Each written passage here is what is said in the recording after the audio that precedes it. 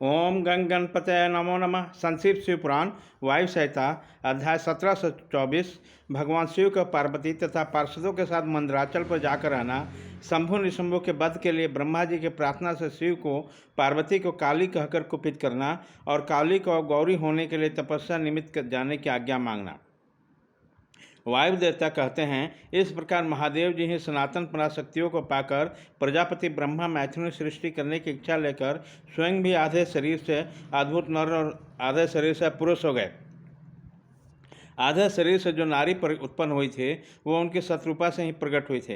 ब्रह्मा जी ने अपने आधे पुरुष शरीर से विराट को उत्पन्न किया। वे विराट पुरुष के स्वभाव मन्नु कहलाते हैं। देवी शत्रुपा को अत्यंत दुष्कर तपस्या करने वाले उदित यश वाले मन्नु को ही पति रूप में प्राप्त किया था। इसके पश्चात मन्नु के वंश तथा दक्ष यज्ञ विध्वंस आदि का प्रसंग सुनाकर वायु देवता ने यह बताया कि भगवान शंकर ने दक्ष तथा देवताओं का अपराध क्षमा कर दिया। तदनंतर ऋषियों ने पूछा, प्रभु अपने गणों तथा देवी के साथ अंतर्ध्यान होकर भगवान शिव कहाँ गए, कहाँ रहे और क्या करके विरत हुए। वायुदेव बोले, महर्षियों, पर्वतों में श्रेष्ठ और विचित्र कंदराओं से सुशोभित जो परम सुंदर मंदराचल है, वही अपने तपस्या के प्रभाव से देवादिदेव महादेव जी का प्रिय निवास स्थान हुआ। उसने पार्वती और शिव को अपने सिर पर ढोने के लिए बड़ा भारी तप किया था और दीर्घ काल के बाद उसके चलना बिंदुओं के स्पर्श का सुख प्राप्त हुआ।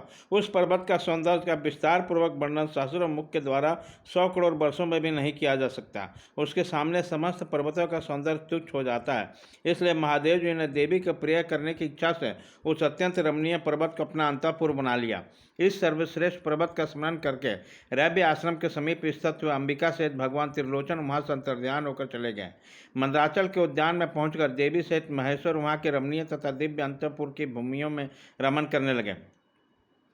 इस तरह कुछ समय बीत गया। अब ब्रह्मा जी की मैथुनी सृष्टि के द्वारा जब प्रजाएं बढ़ गई, तब शंभु और निशंभु नामक दो दैत्य उत्पन्न हुए। वे परस्पर भाई थे। उनके तपोबल से प्रभावित होकर परमेष्ठी ब्रह्मा ने उन दोनों भाइयों को वर दिया कि इस जगत के किसी भी पुरुष से तुम मारे नहीं जा सकोगे। उन दोनों ने ब्रह्मा जी से प्रार्थना की कि पार्वती देवी के अंश से उत्पन्न जो अयोनिजा कन्या उत्पन्न हो, जिस पुरुष का स्पर्श तथा रति नहीं प्राप्त हुआ हो तथा जो अलंघ्य पराक्रम से संपन्न हो, उसके प्रति काम भाव से पीड़ित होने पर हम युद्ध में उसी के हाथों मारा जाए। उसके इस प्रार्थना पर ब्रह्मा जी ने तथास्तु